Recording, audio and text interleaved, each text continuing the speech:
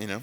Hey, lovely as ever, Blake Angelos. So, new CPs, right? Yes, Big new deal. CP. So this is the CP73 I have in front of me. 73 note E to E action. We also have a CP88 as well. That's an 88 note graded hammer action. So they're identical internally, same exact engines. The difference is the keyboard size. So the idea that we have in this, since I have a 73, I'll talk about that first. With the 73, it's balanced hammer, so it has an even weight. It's the same essential feel as like a montage. It doesn't have aftertouch, but it feels that same way.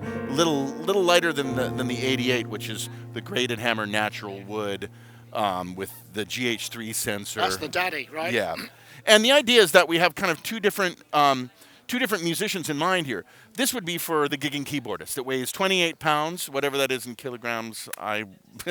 Yeah, I don't know. Less. But it's 28 pounds. It easily goes to the gig.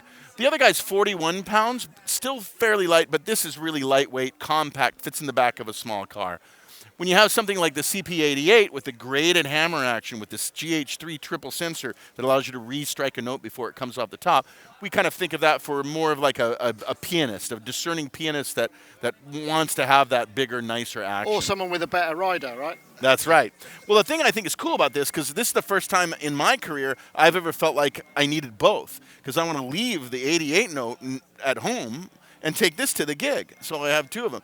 They're identical inside, so I can move sounds from one to the other. So I can kind of see that. And it's got the sound engine is quite interesting. And that's the other thing. The sound's been completely kind of redone. It has basically, in fact, I'll kind of take you through the interface here. We call it a one-to-one interface. Basically, it's so tactile. To turn on a section, you touch here, you turn it on. Now I have the piano section on. Each of the sections has a similar look about them. You have volume and tone control per section. You can set up where your split point is. There's actually a split button over here where I can set that point. And I can split between two things, so you have that same similar. Change octaves. And you have kind of a color-coded system here where you have a rocker switch that allows you to get through the different pianos inside here. And there's quite a lot of ROM. There's quite a lot of sample memory in it, isn't there? Yeah, there is actually. There's quite. I'm not sure exactly how much, but certainly a lot.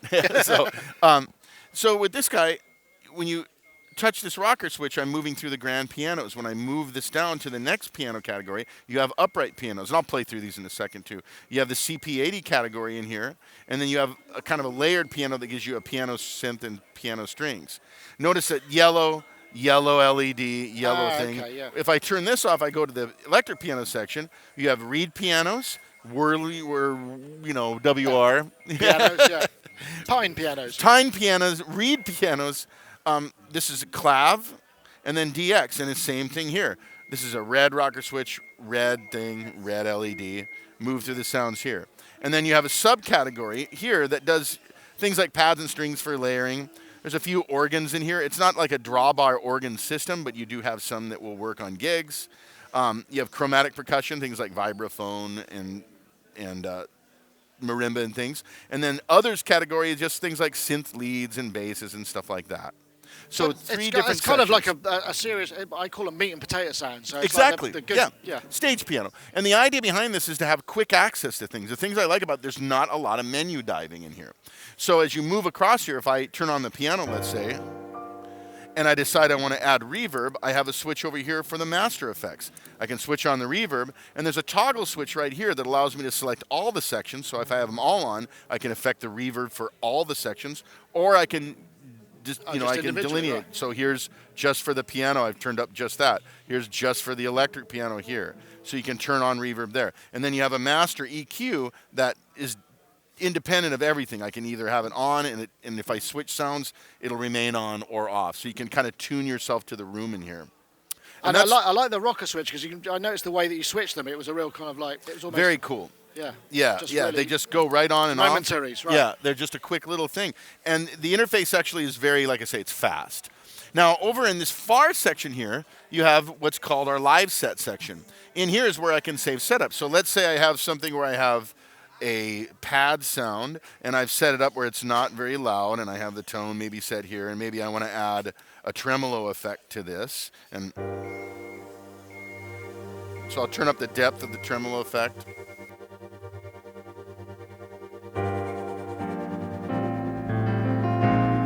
Let's say that's my sound. I like that. I want to save that to a live set. So I press store, and I can move it over. I can name this too, obviously, but I can move it to an empty location, like right here, and say, yep, that's where I'm going to store it. So now I've stored that to this location. So you can instantly recall stuff from the live set just like that. There's the Which, live I mean, set it's, for a stage piano, you're going to want to really kind of grab stuff very exactly. quickly. Yeah, Exactly. So that's what the live set does here. And you can see there's some other switches over here. There's things where you have different settings. This is where I name things, where I can set up a master keyboard mode, where if I turn on the mode switch, it also has zone settings for each. So you got up to 4 zones. So transmit channel, and this is all for external out here. You have note limit high, and then you can say MSB, LSB, and program change. So it does have master controller capabilities as well. There's also, if I move over here to this area here where I have menu and I turn on MIDI settings, I can go into MIDI control and turn on MIDI control. And now every one of these knobs and buttons sends out a continuous controller. So you're going for kind of like a kind of total integration, I guess. It is. Yeah. Speaking of integration, you have a USB audio and MIDI interface built into this. So you do have audio, so you can take this to the gig and play virtual instruments, which is pretty cool. And then we also are compatible with SoundMondo. So we'll have our social sound sharing network. This will be compatible with that. So people will be able to upload their sounds. We're hopefully going to get some artists to put their stuff up and so on. Because you can create some quite complex patch. I mean, from what I've heard, the sounds are really nice. And you can split and layer. And it's got that thing where, was it SSS? What do they call it? Seamless sound switching. That's right. Exactly. I couldn't remember the acronym. So if I'm in here with seamless sound switching, and this works very well. I'll show you some stuff that I love to do with it. I do a lot of stuff with the delays on here for one thing. But if I'm in here and I have a pad like this, and I switch to something else, say vibraphone, you heard it didn't cut off the sound. Yeah, it just. So if I go to the next sound,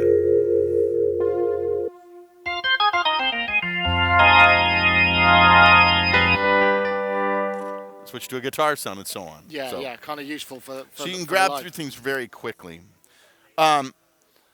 So the main thing in here, I'll play a few of the sounds, and I'll just play some real brief things here so you can just hear the difference.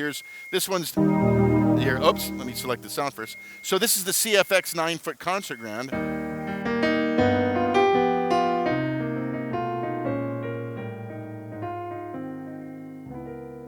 So CFX is our flagship concert grand piano.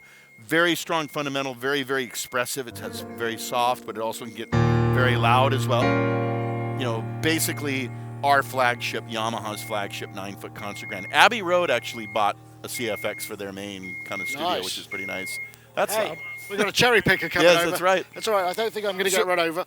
So what's different here is I'm going to switch over to the next sound. This is the Bosendorfer Imperial.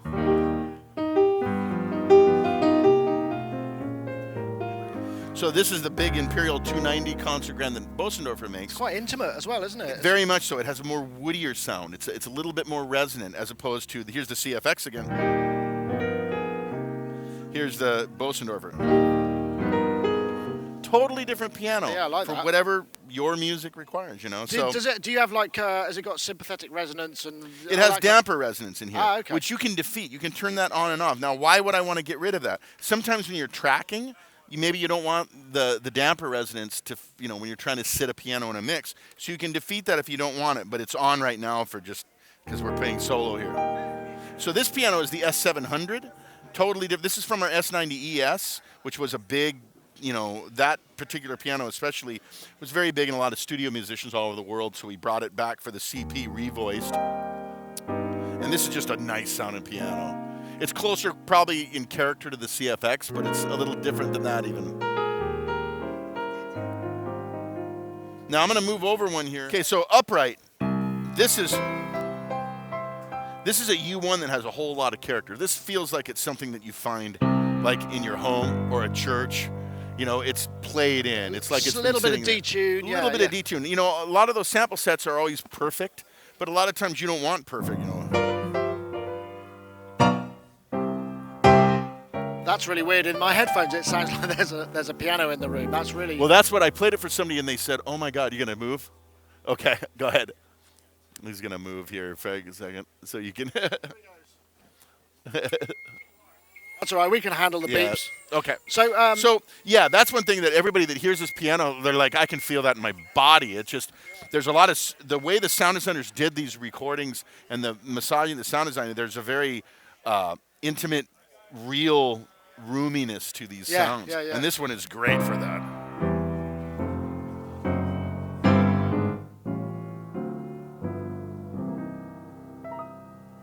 You know, just nice. That's nice.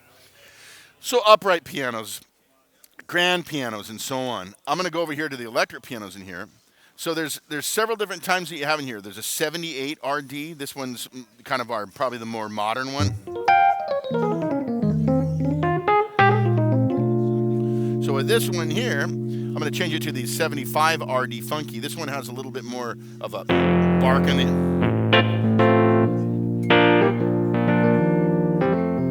Now, right now I have drive on right here. I'm going to turn off the drive.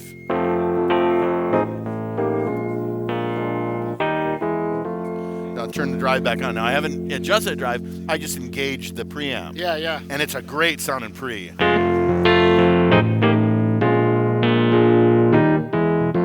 I want a little bit more drive, I'll bring up some drive. So I have...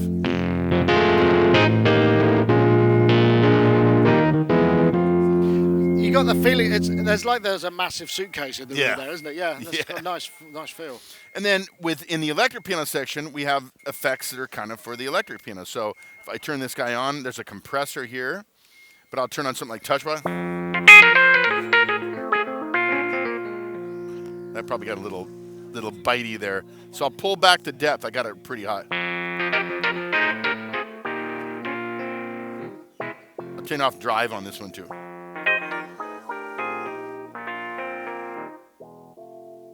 Nice.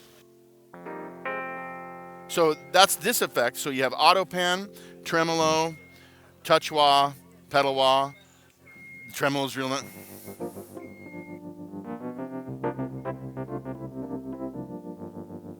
You have depth and rate control here for that. And then the second effect down here is phasers and flangers. 3 different types of phasers, 2 different types of chorus, and a flanger.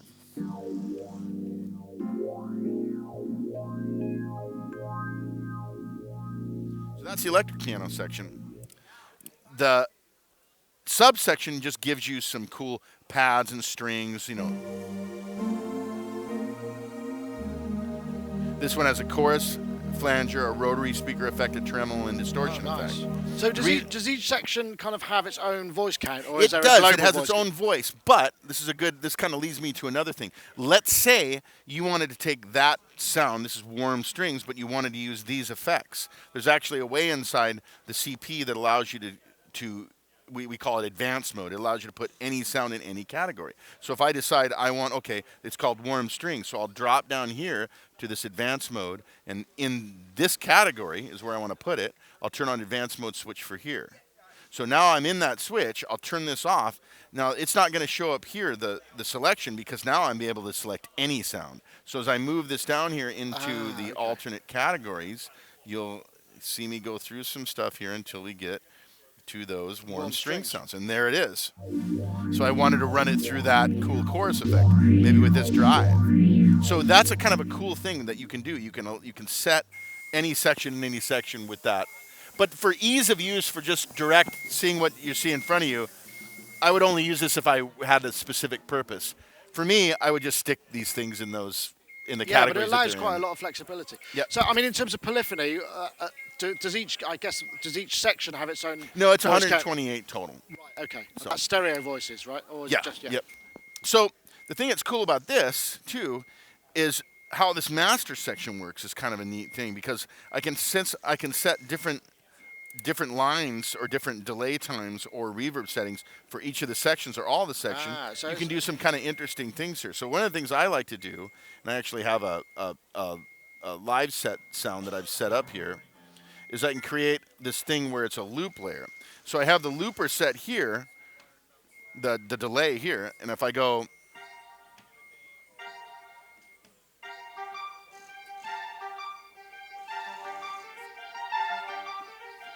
so the thing that's cool about this is I can change sounds in here while I'm doing this. So if I get something going here,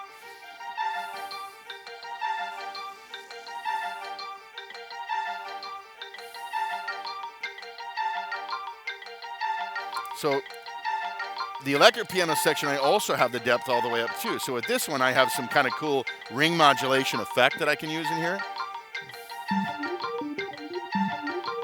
With ring modulator, if you mess with this, I can have some kind of...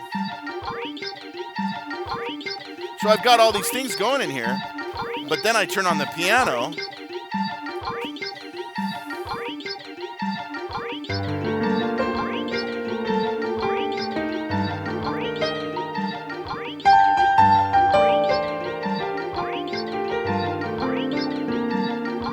So if I want to bring the piano into this, just turn up the depth on that.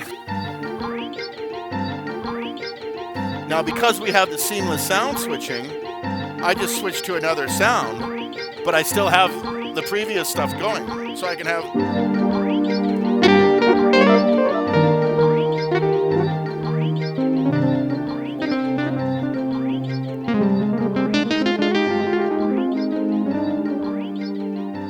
Wow, that's not something you'd expect a stage piano to do, right? Is it? That's cool. It's pretty cool, isn't it? Yeah, nice. You know, there's a connection to the instrument because of the one-to-one interface. That since there's a lot of menu diving in here, you can kind of get to sounds and have immediate interesting things happening. In fact, this is what I loved about the Reface CP, is that it had a kind of a limited way of doing that with its section. So this is kind of takes some of its design cues from that product line. And we heard it a lot. We heard a lot of people say, you know what would be great? You guys have that Reface CP. Gosh, if you only had it in an 88 note weighted or a 73. So now we've given you that kind of vibe. There was a lot of sound design in the CP. I remember you could do some great like Lalo Schifrin stuff, all sorts of things. Yeah. And the looping thing you can do on there that I just did in there with a delay. But this takes it to a whole other level. Now, as far as other things, on the back you have both XLR and quarter-inch outputs. They're both active, so you can run the XLR to a direct box. You can have your monitor system set up on your line outputs.